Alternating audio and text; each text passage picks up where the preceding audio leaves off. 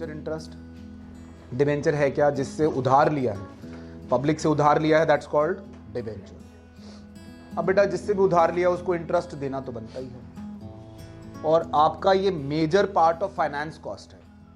अगर आपको statement of P&L का अपना फॉर्मेट याद हो तो एक्सपेंसेस में जो फाइनेंस कॉस्ट आती है, that the major component of finance cost is the interest paid on long term borrowings और डिबेंचर्स और ब्ला ब्ला ब्ला। ठीक है, तो ये इंटरेस्ट आपका एक फिक्स्ड फाइनेंशियल कॉस्ट है जो पे करना ही है।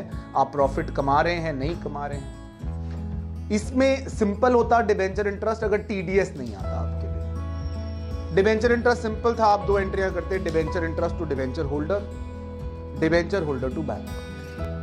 अभी भी सिंपल है, इट्स जस्ट दैट कि TDS आपको काटना पड़ता है। हमारे देश में हमारा इनकम टैक्स डिपार्टमेंट कहता है कि आप किसी को भी इनकम देंगे तो at that point, at the source जहां से वो इनकम निकल रही है वहीं पर टैक्स काट लीजिए। जैसे फॉर एग्जाम्पल मैं आपको सैलरी दे रहा हूं, मैं एम्प्लॉयर हूं, आप एम्प्लॉय हैं, तो मेरे लिए ये रूल है, सरकार ने ये कंपल्शन बनाई है मेरे लिए कि अगर मैं आपको सैलरी दूं तो पहले आपका टैक्स काट लूं और वो टैक्स काट के सरकार को जमा करा दूं और बची हुई सैलरी आपको दे दूं। आपकी 10 रुपए की सैलरी है, 1 रुपया टैक्स कटता है तो 10 रुपए सैलरी, मेरा खर्चा 10 रुपए है पूरा। मेरा खर्चा कितना है पूरा? 10 रुपए। 1 रुपया काट लूंगा, सरकार को दे दूंगा, 9 रुपए आपको दे दूंगा। यहां पर भी डिबेंचर्स को जो इंटरेस्ट देना है उसमें से मैं पहले ही TDS काट लूंगा। एक एग्जांपल लेके चलता हूं, मान लीजिए यहां पर भी आपने 100 रुपए का डिबेंचर इंटरेस्ट बनता है।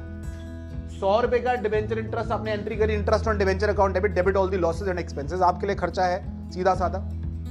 टू डिबेंचर होल्डर, इसमें से 90 रुपए डिबेंचर होल्डर को देने हैं क्योंकि 10% टैक्स कटना है। क्वेश्चन में लिखा हुआ है TDS पेएबल इज 10%, या tax should be deducted at source 10%। तो आपने 10 रुपए टैक्स काट लिया, डिबेंचर होल्डर को ड्यू कर दिया 90 रुपए, डिबेंचर होल्डर को बता दिया कि तेरे को 90 रुपए देंगे और 10 रुपए किसको देंगे हम? सरकार को। दोनों के लिए एंट्री क्या होगी? 90 रुपए debenture holder account debit, TDS payable 10 रुपए, और टू बैंक, आपकी जेब से तो बैंक पूरा ही जाएगा, कंपनी की जेब से पूरे 100 रुपए जाएंगे, जिसमें से 90 आप डिबेंचर होल्डर को देंगे तब भी टू बैंक होगा, सरकार के खाते में जमा कराएंगे तब भी टू बैंक ही होगा। तो to TDS payable account debit 10 रुपए, टू बैंक 100 रुपए। ठीक, अब आपका टोटल खर्चा कितना हुआ कंपनी का? 100 या 90? 100 रुपए पूरा खर्चा हुआ। तो 100 रुपए जो पूरा खर्चा हुआ आपने किया statement of P&L account debit to debenture interest, पूरे 100 रुपए, आपकी कहानी खत्म। जब जब आप डिबेंचर देंगे इंटरेस्ट तब तक आप ये 3 एंट्रियां करेंगे। जब भी फॉर एग्जांपल क्वेश्चन कहता है 4 साल के लिए डिबेंचर इशू हुए और आप 4 बार इंटरेस्ट दे रहे हो, तो 4 बार आपको ये 3 एंट्रियां करनी है। अगर TDS है तो यहां पर TDS आएगा, TDS नहीं है तो ये एंट्री 100 रुपए से, ये भी एंट्री 100 रुपए से, और तीसरी एंट्री भी 100 रुपए से। अगर TDS नहीं होगा तो ये और सिंपल हो जाएगा आपके लिए, और TDS होगा तो बस ये एंट्री में TDS आ जाएगा, पहली एंट्री में क्रेडिट, दूसरी एंट्री में debit. Is that okay? Simple है, मतलब आपका क्वेश्चन 4 साल के लिए है तो 4 बार ये 3 एंट्रियां रिपीट होंगी, 3 साल के लिए है तो 3 बार ये एंट्रियां रिपीट होंगी।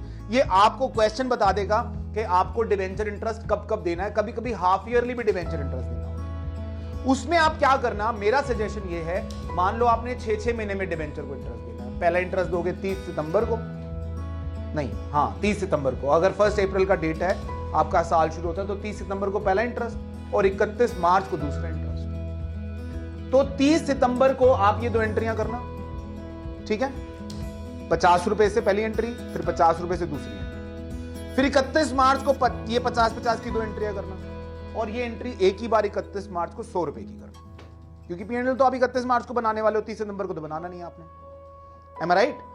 तो अगर आपको हाफ ईयरली इंटरेस्ट देने को आता है तो आपकी एंट्रियां 3 की जगह 5 होंगी, 2 एक बारी, फिर 2 एक बारी, और ये एक ही बारी।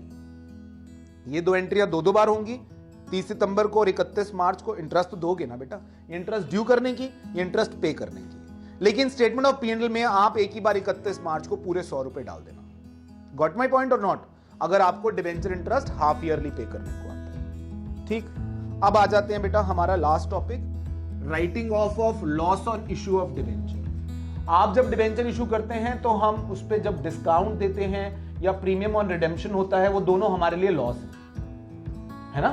अगर आप डिबेंचर 100 का डिबेंचर 95 में इशू करो तो 5 का ये नुकसान है आपका, और प्रीमियम ऑन रिडेम्पशन 10 रुपए और दे दो तो 10 रुपए ये भी नुकसान है, तो टोटल 15 रुपए नुकसान हो गया आपका। आपने एंट्री करी bank to debenture application account debit, loss on issue of debenture account debit two percentage debenture, तो लॉस ऑन इशू डेबिट किया आपने, वो आपका लॉस है।